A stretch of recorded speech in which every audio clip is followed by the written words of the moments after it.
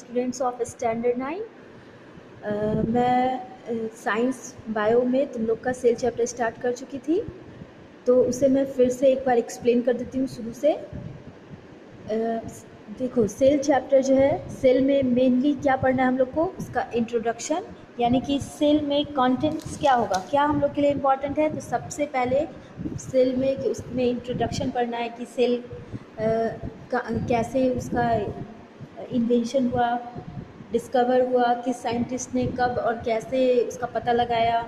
उसके बाद फिर सेल भी है, तो सेल कितने टाइप का है, यूनिसेलुलर, मल्टी सेलुलर, उसमें फिर सेल के अंदर न्यूक्लियस होता है, तो उसके बेसिस पे उसमें डिफरेंस क्या है। ये सेल्स जो है न्यूक्लियस के बेसिस पे प्रोकैरियोटिक, यूकैरियोटिक होता है, तो उसमें डिफरेंसेस क्या है। उसके अलावा फिर सेल जो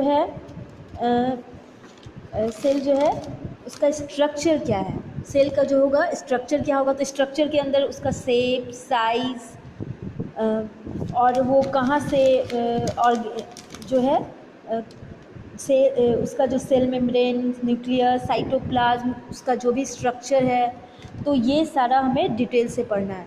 तो जिसमें से हम लोगों ने स्टार्ट किया था, सबसे पहले इंट्रोडक्शन स्टार्ट किया था। तो इसमें हम लोगों ने कहा था कि सेल जो है डिराइव्ड है लैटिन वर्ड सेलुला से, जिसका मतलब होता है लिटिल रूम। और सेल जो होता है एक माइक्रोस्कोपिक होता है सेल, क्योंकि सेल जो होता है वो नेकेड आई से दिखाई नहीं देता है, ठीक है। सेल जो है माइक्रोस्कोपिक होता है, ये जो है सिर्फ इलेक्ट्रॉन माइक्रोस्कोप या माइक्रोस्कोप, जनरल माइक्रोस्कोप से उसका डिटेल स्ट्रक्चर नहीं पता चलेगा। अगर हम लोग नॉर्मल माइक्रोस्कोप से देखेंगे, सिंपल माइक्रोस्कोप से, तो उससे हमारा उसका डिटेल स्ट्रक्चर पता नहीं चलेगा। उसका डिटेल स्ट्रक्चर अगर देखना है तो उसके लिए इलेक्ट्रॉन माइक्रोस्कोप की ज़रूरत होगी। और फिर इंट्रोडक्शन के अंदर हम लोग जाने थे कि जो उसका सेल है क्या। तो सेल एक स्ट्रक्चरल एंड फंक्शनल यूनिट है हमारे बॉडी का। हम लोग सेल को बिल्डिंग ब्लॉक के रूप में भी एक एग्जांपल दे सकते हैं कि सेल हमारे बॉडी का बिल्डिंग ब्लॉक है। मींस इसका मतलब हुआ कि जिस तरह से एक एक ब्रिक मिलकर एक बिल्डिंग बनाता है, उस बिल्डिंग में हम फंक्शन करते हैं, तो उसी तरह हमारा बॉडी भी बहुत सारे छोटे छोटे ब्रिक्स या फिर कंपार्टमेंट से बना हुआ है, छोटे जिसे सेल नाम दिया गया है। और वो सेल मिलकर हमारे ऑर्गन और ऑर्गन सिस्टम को स्ट्रक्चर करता है, और हम अलग अलग उन स्ट्रक्चर के द्वारा अपना फंक्शन करते हैं। अपने बॉडी का सारा फंक्शन, हम हो या फिर कोई भी ऑर्गेनिज्म हो या प्लांट हो, वो सारे फंक्शन को हम लोग उससे करते हैं। तो इस तरह से ये इंट्रोडक्शन में हम लोग इतना जान गए कि सेल है क्या, और ये नेकेड आई से नहीं दिखाता, एक माइक्रोस्कोपिक है ये। उसके बाद सेल की डिस्कवरी कैसे हुई, हम लोग पढ़े थे कि सेल की डिस्कवरी कैसे हुई, किस साइंटिस्ट ने सेल का डिस्कवर किया। तो सबसे पहले जो है साइंटिस्ट जो है, तुम लोग जानते हो, रॉबर्ट हुक। ऐसे भी पढ़ चुके हो तुम लोग प्रीवियस क्लास में भी, रॉबर्ट हुक के बारे में थोड़े जो है। सबसे पहले सेल नाम जो है साइंटिस्ट रॉबर्ट हुक ने दिया था, जिन्होंने 1965 में एग्जामिन किया था एक थिन सेक्शन लेकर कॉर्क का। मीन्स वो कॉर्क क्या होता है, तुम लोग जानते हो कि वो तुम लोग कभी देखा होगा शायद, छोटा वाला सीसी, उसमें एक ऊपर से कॉर्क लकड़ी का वो बार्क होता है, वो जो ट्री का जो बार्क होता है उसके वुडन पार्ट से वो बना हुआ होता है वो कॉर्क।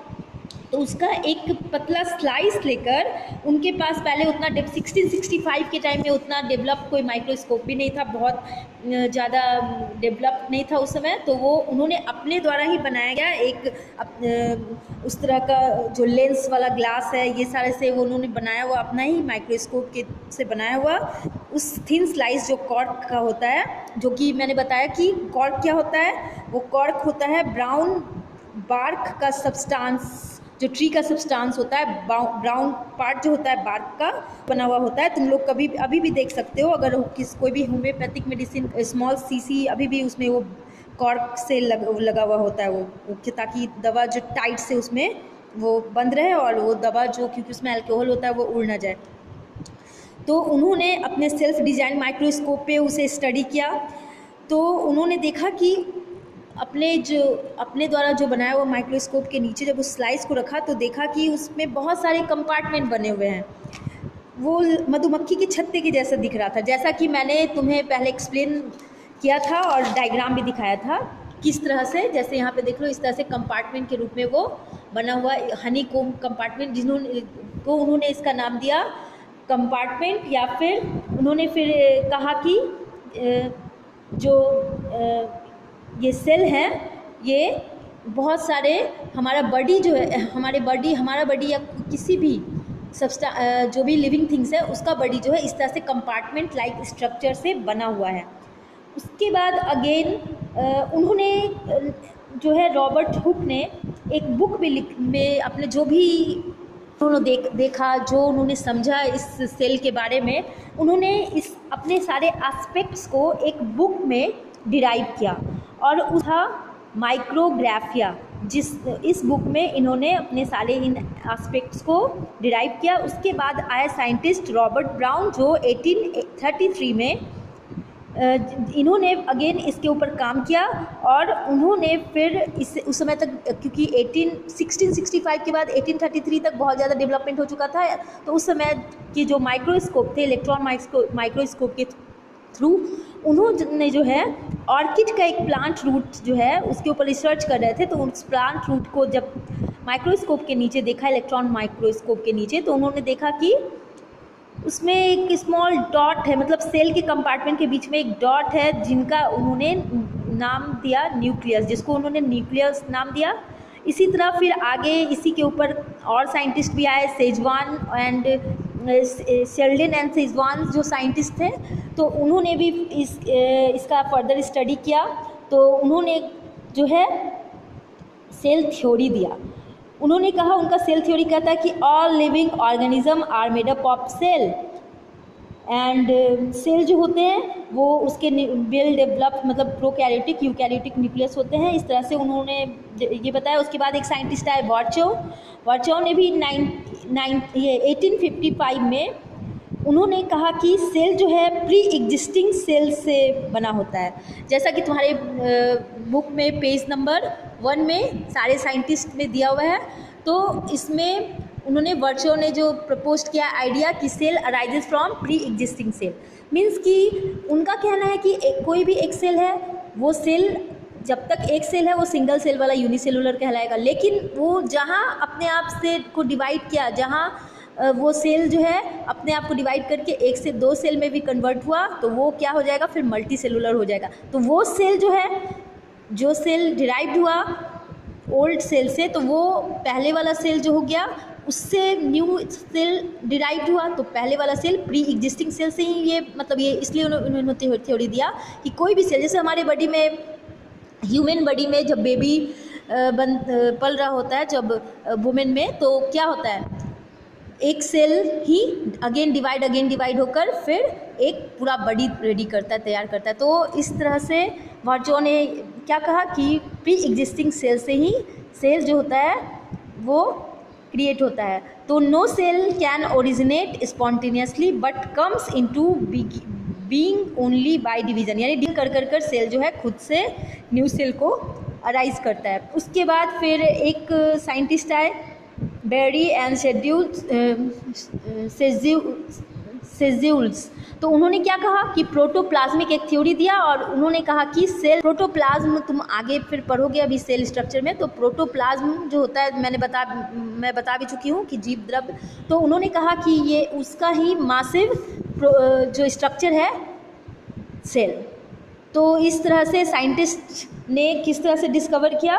उसके बाद फिर हम लोगों ने इसमें पढ़ा था कि जो क्या कहते हैं, सेल जो है वो सेल जो है इस बेसिस पे जितने भी साइंटिस्ट जो भी थ्योरी मतलब दिए, जितने भी साइंटिस्ट ने जो चीज़ डिस्कवर किया उसको एक साथ मिलाकर हम लोग कह सकते हैं कि सेल थ्योरी जो क्या कहता है, एक सेल थ्योरी क्या कहता है कि कोई भी लिविंग ऑर्गेनिज्म जो होता है वो सेल से बना होता है, और living organism is made up of cell.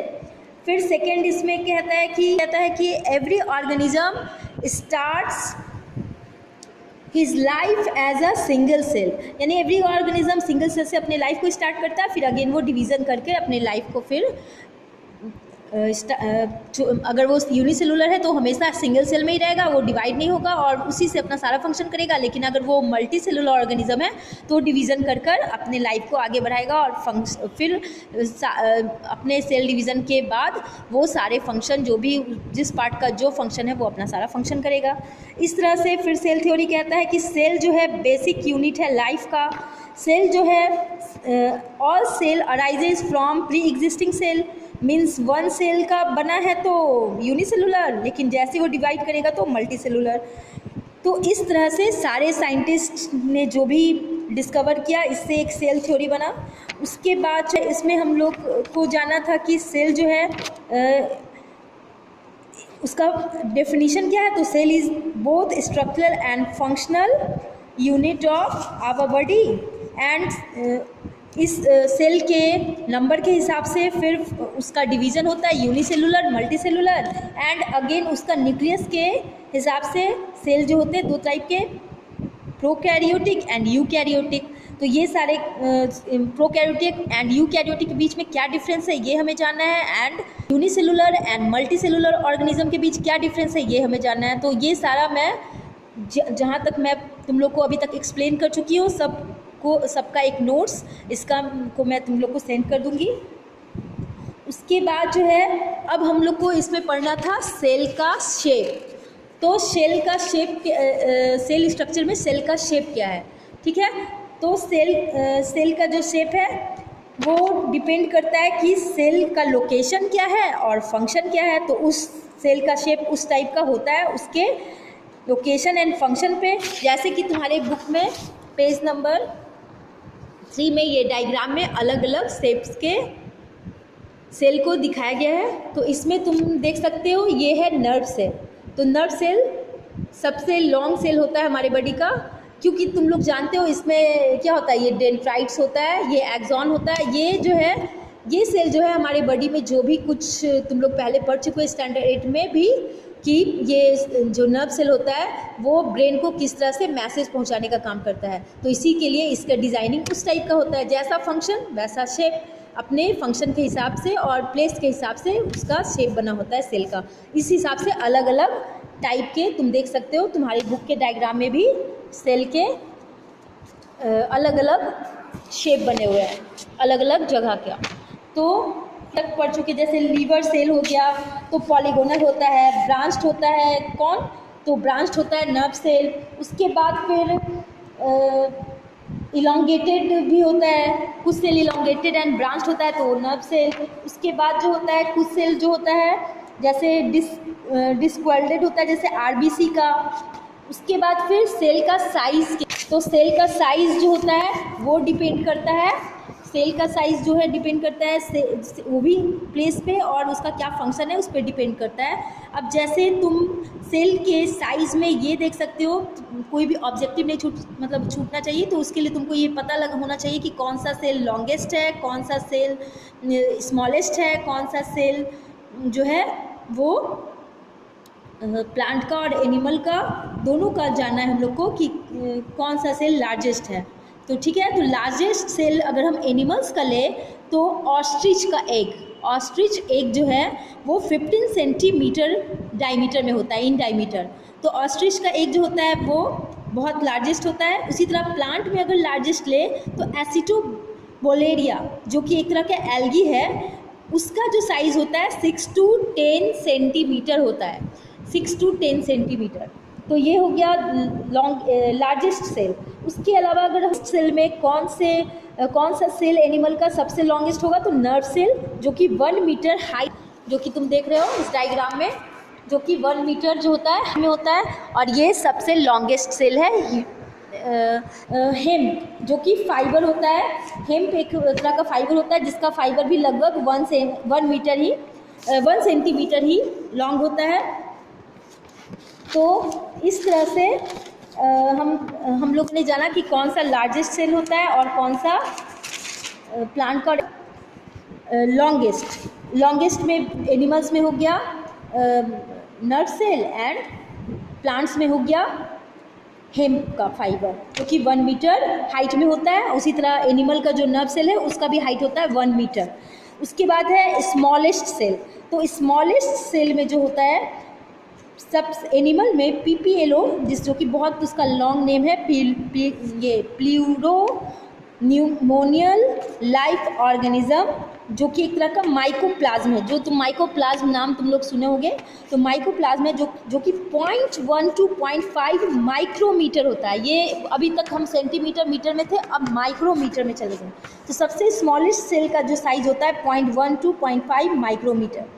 तो यहाँ तक हम लोग अभी तक पढ़ चुके थे। उसके बाद हम लोग सेल के स्ट्रक्चर हम लोगों ने स्टार्ट किया था। येस्टरडे हम लोगों ने सेल का स्ट्रक्चर स्टार्ट किया था, जिसमें कि लोग पढ़े थे प्लाज्मा मेम्ब्रेन के बारे में, प्लाज्मा मेम्ब्रेन एंड सेल में। तो फिर अगेन मैं फिर से रिपीट करते हुए फिर मैं एक्सप्लेन करूँगी।